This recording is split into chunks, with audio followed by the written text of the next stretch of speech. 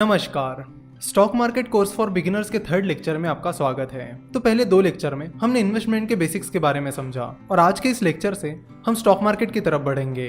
तो हम stock market को एक बहुत ही बेहतरीन एग्जाम्पल की मदद से समझेंगे और एकदम शुरुआत से समझेंगे ताकि आपके सारे बेसिक डाउट्स क्लियर हो जाए। तो इस पूरे स्टॉक मार्केट को आज हम एक स्टोरी की मदद से समझने वाले हैं और इस स्टोरी के दो मेन कैरेक्टर्स हैं, विवेक और योगेश। मान लेते कि विवेक ने हाल ही में अपना MBA पूरा किया है और विवेक के दिमाग में एक बिजनेस आइडिया आ गई है।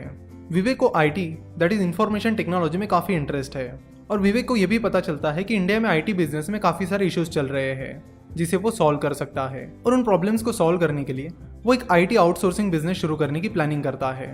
तभी विवेक को लगता है कि उसे एक बिजनेस पार्टनर की ज़रूरत है, इसलिए वो अपने दोस्त योगेश को अप्रोच कर लेता है। तो विवेक योगेश के पास चला जाता है और उसे अपनी पूरी आइडिया बताता है कि IT इंडस्ट्री में कौन कौन से प्रॉब्लम्स है, कैसे हम इन्हें सॉल्व कर सकते हैं, एटसेट्रा एटसेट्रा। अब ये जो योगेश है वो एक IT प्रोफेशनल है जिसे IT इंडस्ट्री का अच्छा खासा एक्सपीरियंस है, तो उसे विवेक की आइडिया अच्छी लगती है और फिर वो एक पूरा बिजनेस प्लान बनाते हैं कि कैसे वो इस कंपनी को शुरू करेंगे, कैसे वो कस्टमर्स को सर्व करेंगे, उनके क्या प्रोडक्ट्स रहेंगे, क्या सर्विसेज रहेंगे, एटसेट्रा। फिर जैसे उनका बिजनेस प्लान रेडी हो जाता है वो अपने बिजनेस पर काम करना शुरू कर देते हैं और कंपनी का रजिस्ट्रेशन करने के लिए निकल पड़ते हैं। कंपनी का रजिस्ट्रेशन करने के लिए वो एक CA को कांटेक्ट करते हैं और जनरल कंसल्टेंसी प्राइवेट लिमिटेड नाम से अपनी कंपनी फॉर्म कर लेते हैं।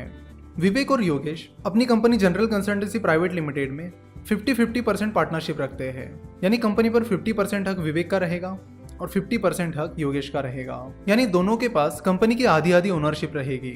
कंपनी फॉर्म करने के बाद वो अपना प्रोडक्ट और सर्विस डेवलप करने पर काम शुरू कर देते हैं और साथ ही कस्टमर्स भी ढूंढने लगते हैं। योगेश को IT इंडस्ट्री में अच्छा खासा एक्सपीरियंस है जिसकी वजह से योगेश के IT इंडस्ट्री में अच्छे खासे कॉन्टैक्ट्स थे, जिसके चलते जनरल कंसल्टेंसी को अपने शुरुआत के कुछ क्लाइंट्स मिल जाते हैं और उनका बिजनेस चलने लगता है। देखो, कोई भी बिजनेस हो, शुरुआत में डिफिकल्टीज तो जरूर आती है और इस बिजनेस में विवेक और योगेश को भी काफी सारी डिफिकल्टीज आती है, लेकिन वो उन डिफिकल्टीज पर मात करते हैं और आगे बढ़ते हैं। जब भी कोई नया बिजनेस शुरू होता है तो शुरुआत में कई बार वो ऐसे मुकाम पर आ जाता है जहां से वो कभी भी फेल हो सकता है। जनरल कंसल्टेंसी के साथ भी शुरुआत में कुछ ऐसा ही हुआ, लेकिन उन खराब हालातों में भी उन्होंने कभी हार नहीं मानी और मेहनत करके उन्होंने सरवाइव किया और अपने बिजनेस मॉडल को क्रैक किया। तो शुरुआत के कुछ स्ट्रगल्स के बाद उनका बिजनेस अच्छा खासा चलने लगा। जनरल कंसल्टेंसी को अच्छा खासा रिवेन्यू भी आने लगा, तो उन्होंने अपना बिजनेस मॉडल भी क्रैक कर लिया और उनको रिवेन्यू भी आने लगा। नाउ विवेक और योगेश को लगा कि यहाँ से उन्हें बिजनेस बढ़ाने की जरूरत है, जिसके लिए उन्हें पैसों की जरूरत पड़ेगी। विवेक और योगेश चाहते थे कि वो अच्छे खासे सॉफ्टवेयर प्रोडक्ट्स डेवलप कर पाए ताकि वो अच्छे और ज्यादा से ज्यादा क्लाइंट्स को अट्रैक्ट कर पाए, और इन प्रोडक्ट्स को डेवलप करने के लिए उन्हें जरूरत थी पैसों की। नाउ अब पैसा कहाँ से आएगा?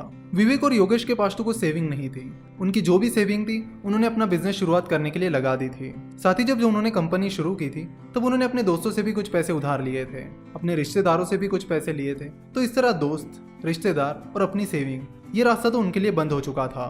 तो अपने बिजनेस की फंडिंग के लिए वो कुछ और रास्तों की तलाश कर रहे थे। तो विवेक और योगेश ने देखा कि वो कहाँ कहाँ से पैसा उठा सकते हैं। तो उनके सामने बैंक का ऑप्शन था, एंजल इन्वेस्टर्स का ऑप्शन था, वेंचर कैपिटल का ऑप्शन था और स्टॉक मार्केट का ऑप्शन था। तो विवेक और योगेश को लगा कि ये कुछ ऑप्शंस है जिनके बारे में उन्हें सोचना चाहिए।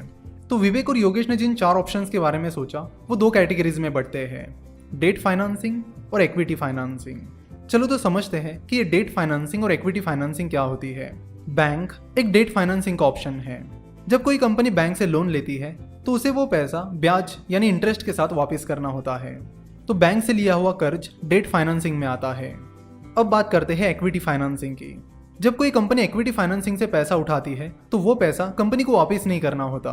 For example angel investing, venture capital, stock market, ये सारे इक्विटी फाइनेंसिंग के तरीके हैं।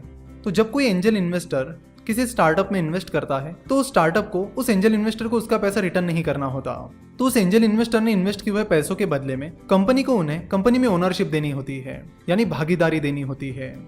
तो विवेक और योगेश के पास 2 ऑप्शंस थे, डेट फाइनेंसिंग या इक्विटी फाइनेंसिंग। डेट फाइनेंसिंग में उनके पास ऑप्शन था कि बैंक से लोन लेना, और इक्विटी फाइनेंसिंग में उनके पास ऑप्शन था एंजल इन्वेस्टर, वेंचर कैपिटल या स्टॉक मार्केट से फंडिंग उठाना।